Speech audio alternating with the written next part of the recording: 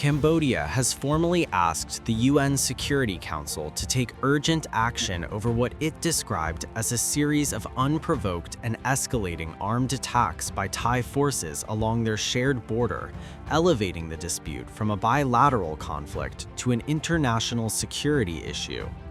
In a December 10th letter to the Security Council President, Keo Chea, Cambodian permanent representative to the UN, accused the Thai armed forces of violating the UN Charter, international humanitarian law, and existing ceasefire and peace agreements by launching cross-border military operations into Cambodian territory.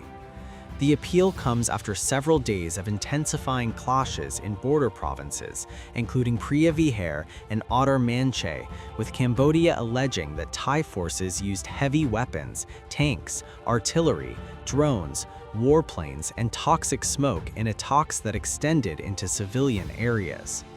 These military operations constitute a serious breach of the UN Charter, including the peremptory prohibition on the threat or use of force, Keo Chea wrote, warning that the situation now posed a clear and present danger to regional peace and security. According to the letter, Thai forces opened fire on Cambodian positions on December 7th and escalated the assault early the following day with sustained bombardments across multiple locations. Cambodia further alleged that the attacks later spread into non-combat civilian zones in Banteay Manche province and, as of December 10th, into parts of Pursat and Battambang. Cambodia claims the attacks have killed and injured civilians, destroyed homes and public infrastructure, and caused damage to protected heritage sites, including areas surrounding the Preah Vihear Temple, a UNESCO World Heritage Site long associated with border tensions between the two countries. Thailand's deliberate and indiscriminate targeting of civilian areas constitutes a serious breach of international humanitarian law, the letter said, citing the obligation to distinguish between civilian and military targets.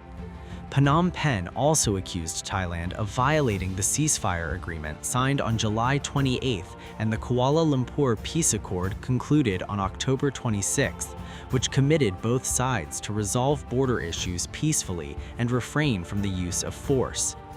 Chea said Cambodia remains committed to resolving disputes peacefully in line with international law and the UN Charter, noting that its forces exercised maximum restraint by withholding retaliation for 24 hours in respect of the ceasefire and the Kuala Lumpur Peace Accord, while reserving the right to self-defense under Article 51 of the UN Charter. Thailand had unilaterally suspended the accord and launched operations based on unilaterally drawn maps that contradict internationally recognized boundaries. The letter referenced border demarcation agreements dating back to the 1904 and 1907 treaties between France and Siam, later upheld by the International Court of Justice and reaffirmed in the 2000 Memorandum of Understanding on Boundary Demarcation, which Thailand itself registered with the UN in 2011. Cambodia does not wish to be compelled into considering other means of response other than through diplomacy and dialogue, Keo Chea wrote.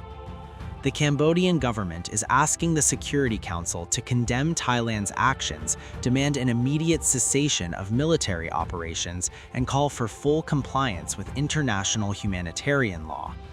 It also requested the deployment of an independent UN fact-finding mission to investigate alleged violations and determine responsibility for civilian casualties and material destruction. By invoking Articles 34 and 35 of the UN Charter, Cambodia is effectively asking the Security Council to treat the border violence not merely as a bilateral dispute, but as a matter requiring international attention.